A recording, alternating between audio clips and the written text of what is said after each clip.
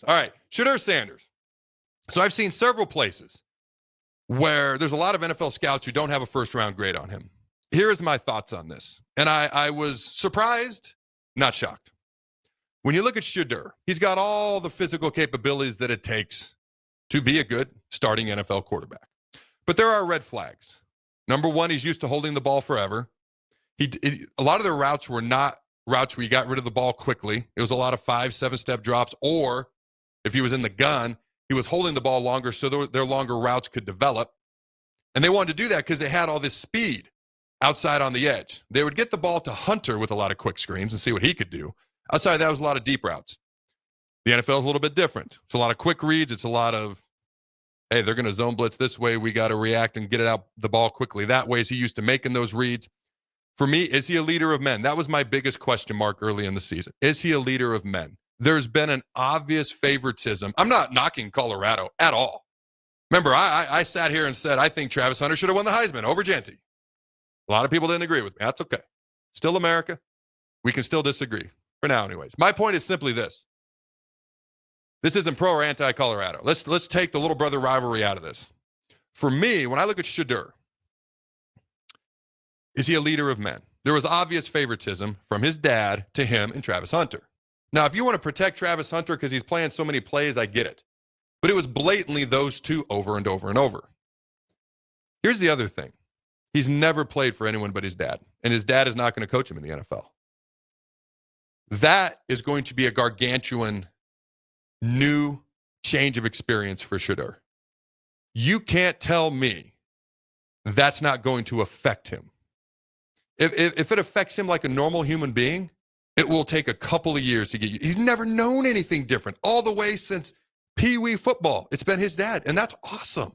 Father-son bonding, relationship time, phenomenal. As far as setting you up to be successful in the NFL and an offense you've never run, not great. As far as being coached by somebody else, not great. As far as not being one of the favored ones, not great. As far as how other grown men in a locker room are going, how they put food on the table for their family, their livelihoods, their careers, everything they've ever worked for is going to be in large part in your hands. I don't know how great that is. I don't know how much of a locker room leader he's going to be. I don't know how he's going to adapt to getting the ball out quicker, a different offense, and I don't know how he's going to adapt to not being coached by his dad where he's been blatantly favored. I think these are gigantic red flags, and I talked about them all the way back in September. My mind has not been changed. I still think he was a great college quarterback. But I'm a little surprised because I thought people had kind of like put that in the rearview mirror and they were focused on his arm talent, his physical ability, and he might be the number one overall pick. Maybe he will be. I don't know. Maybe the team with the number one pick in the NFL draft has him graded as a high first-round pick. Maybe they're one of the teams that don't. But for me, my mind hasn't changed. There's still all these concerns and red flags. There are almost 8 billion people on planet Earth. There are only 32 quarterbacks who start in the NFL on any given Sunday. Only about half of them are considered to be average or above. That's 16 people out of 8 billion. Only about half of those are considered to be really good, 8, and only about half of those are considered to be elite. So you're talking anywhere from probably, if you want to be kind, 16 people all the way down to 8 who are considered really good quarterbacks on the face of planet Earth out of 8 billion. It takes more than physical talent. And all these other things are potential red flags for me. Jake, what are your thoughts on this? And I truly believe this has nothing to do with Colorado, the little brother rivalry, or any of that. I've been consistent on this, but what are your thoughts? Do you agree, disagree? What do you think, my man? Well, I like your thoughts there. I do think there are major concerns with Shadur Sanders, but I think there's major concerns with everyone. When you say major, maybe that sounds a little too alarming. It's going to be between him and Cam Ward, at least as of right now. It looks like for the top quarterback taken, Cam Ward's is going to have concerns as well. Shedeur, I mean, especially the kind of scrambling around he does to avoid sacks, that's not going to be taken well at the NFL because he'll run back 40 yards just to prolong the play, and that's not going to work out there. But I mean, he's got the arm talent. So I mean, and it put an incredible career at Colorado. And I know you're not saying anything about his Colorado career, Yep. but again, I know some people can laugh at them because they didn't win their bowl game or whatever, but to go from 3-9 to 9-4 in just, from, a 1-win team when they took over to 2 years later, having the Heisman Trophy winner, all that incredible career, and deserves to be one of the high graded guys. But it is, and maybe you won't like this or whatever. I mean, his dad is a part of this. I mean, he's on commercials. He's very vocal. So, if Cam Ward's dad says something, yeah, it'll make the local papers. But if Dion says something, it'll make national news. So it's there are some things to be aware of if you're going to draft him. One thing I actually like, because you alluded to the scrambling, he's used to having a horrible offensive line. Imagine what he could do if he had some actual time to throw and blocking. I actually will say that out there in defense of him.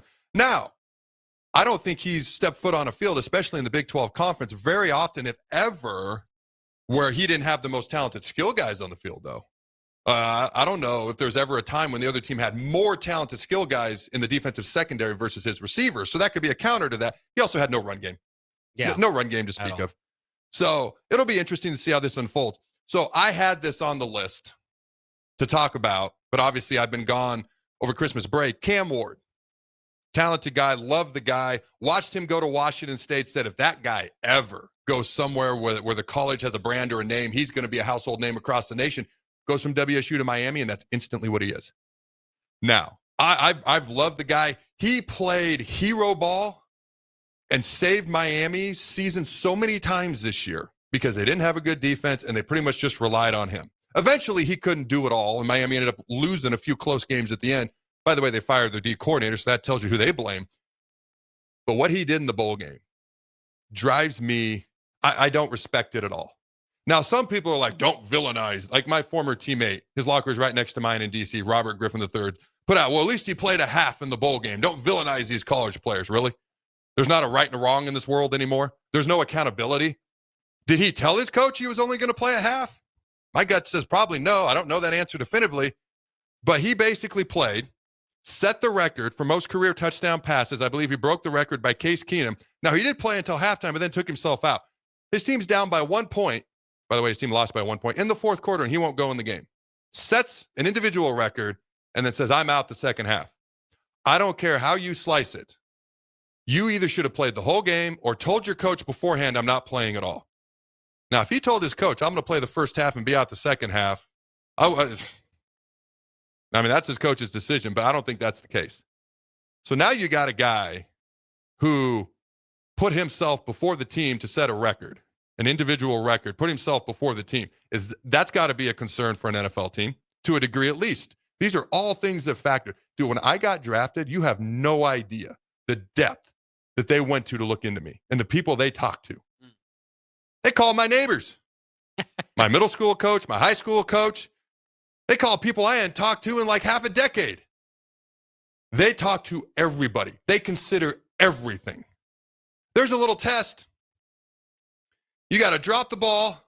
Dude, the mental testing I did was more exhausting at the combine than the physical testing. You got to drop the ball. You got to come down here, and you got to grab it as soon as it bounces. That's one of the tests.